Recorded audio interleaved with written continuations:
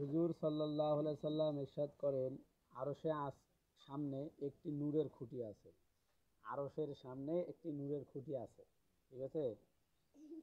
তখন যখন কোনো ব্যক্তি লা ইলাহা ইল্লাল্লাহ বলে তখন ওই খুঁটিটি দুলিতে থাকে। আল্লাহ তাআলা বলেন থামিয়া যাও। সে আরজ করে কিভাবে থামিবে, অথচ কালিমা পাটকারীকে এখনো মাফ করা হয় নাই।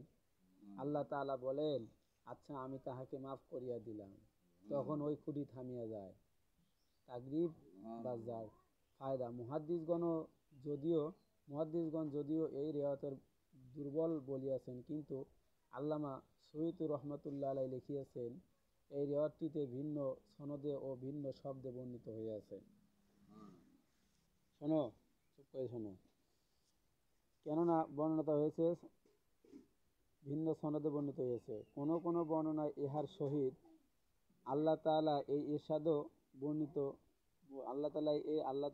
ইরশাদও বর্ণিত আছে যে আমি ওই ব্যক্তির জবানে কালেমায়ে তয়্যিবা এই জন্যই জারি করিয়া দিয়েছিলাম সে তাহাকে মাফ করিয়া দেব। আল্লাহ তাআলার কত দয়া ও মেহেরবানি যে নিজে তৌফিক দান করেন এবং নিজেই মেহেরবানি করিয়া মাফ করিয়া দেন। হযরত আতা রহমাতুল্লাহ আলাইহি এর ঘটনা প্রসিদ্ধ আছে যে তিনি একবার বাজারে গিয়েছিলেন। একটি পাগড়িবাদী বিক্রয় হইতেছে, তিনি খরিদ করিয়া নিলেন।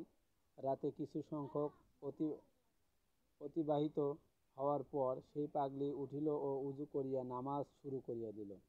নামাজের মধ্যে তাহার অবস্থা এই ছিল যে কাঁদিতে কাঁদিতে দম বন্ধ হইয়া যাইতেছিল।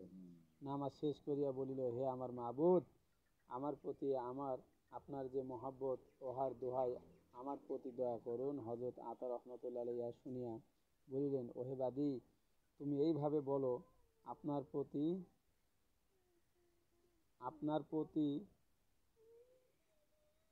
ইহা শুনিয়া বলিলেন, ওহে বাদী, তুমি এইভাবে বলো যে আপনার প্রতি আমার যে মহব্বত ইহার দোহাই।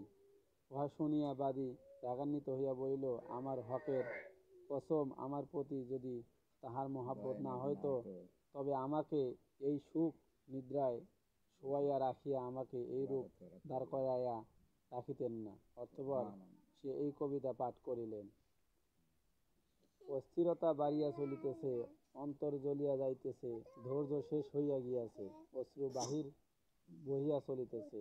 ইশক মোহাব্বত ও অস্থিরতার হামলায় যাহার শান্তি নিঃশ্বাস হইয়া গিয়াছে সে কিভাবে স্থির হইতে পারে?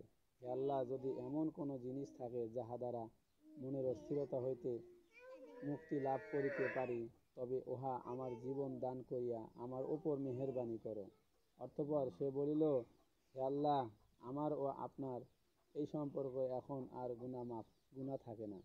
আমার আর আপনার এই সম্পর্ক আর গোপন থাকে নাই। অতএব আমাকে উঠাইয়া নিন। এই কথা বলিয়া সে এক চিৎকার দিল এবং মৃত্যুবরণ করিল। এই ধরনের আরো অনেক ঘটনা রইয়াছে। পরিষ্কার কথা হইল, হে যে আল্লাহর তৌফিক না হইলে কিছুই হয় না। যেমন কোরআন পাকে ইরশাদ হইয়াছে, তোমরা আল্লাহর রব্বুল আলামিনের ইচ্ছা ব্যতীত কোনো ইচ্ছা করিতে পারো না। আমিন।